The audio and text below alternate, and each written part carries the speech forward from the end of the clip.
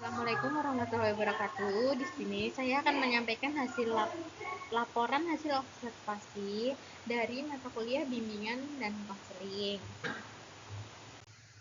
Sebelumnya, perkenalkan nama saya Anissa Priliyariwanti, NIM 2221800165, kelas 3D dari program studi Pendidikan Guru Sekolah Dasar.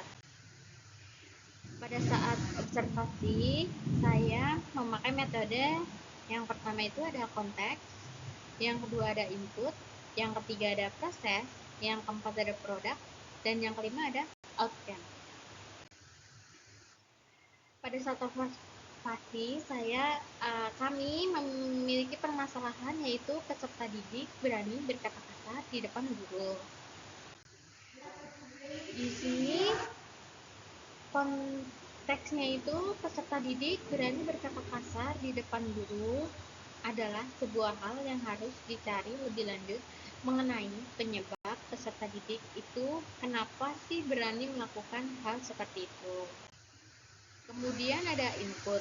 Dalam kasus ini peserta didik dipanggil oleh kepala sekolah dan mengadakan kegiatan bimbingan dan konseling.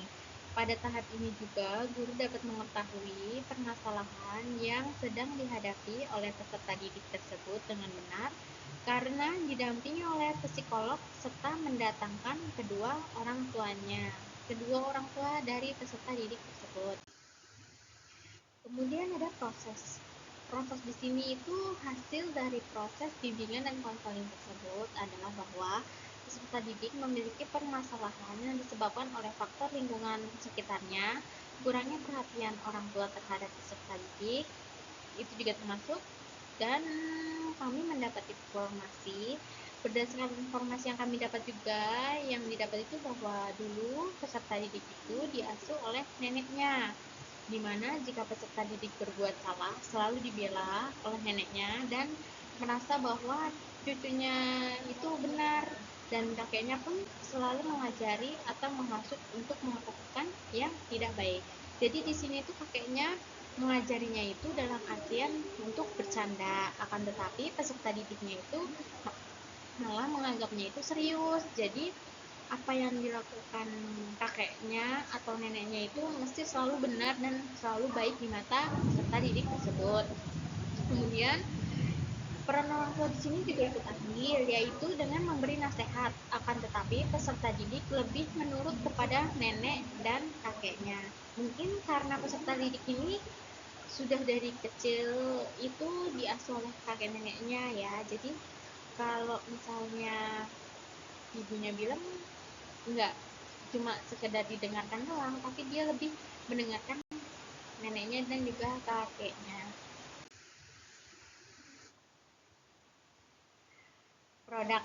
Dengan adanya bimbingan dan konseling di sini, di mana peserta didik diberikan ruang untuk bercerita sehingga peserta didik bisa mengeluarkan ekspresi dalam diri dan dalam pengawasan guru juga. Nah, tadi kan sebelumnya saya sudah bilang mendatangkan orang tua, dan kemungkinan di sini juga orang tuanya itu orang tua dari peserta didik tersebut ikut mengawasi peserta didik tersebut ya. Kemudian ada outcome. Outcome di sini itu bimbingan konseling yang diadakan di sekolah antara kepala sekolah, psikolog, dan peserta didik, serta dengan mendatangkan orang tuanya, itu berdampak sangat baik untuk peserta didik, yaitu peserta didik sudah mulai tidak berkata kasar lagi di depan guru.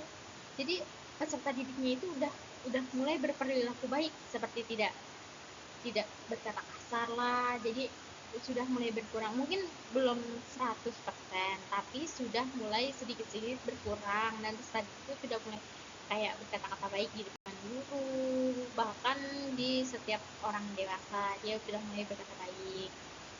Kemudian yang terakhir itu kesimpulan.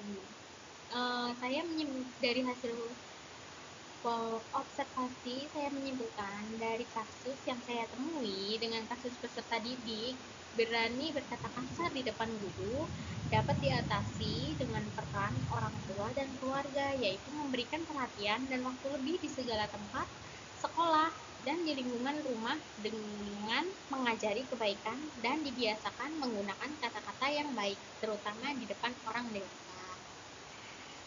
Sekian presentasi dari saya. Mohon maaf jika ada kata-kata salah. Wassalamualaikum warahmatullahi wabarakatuh. Terima kasih.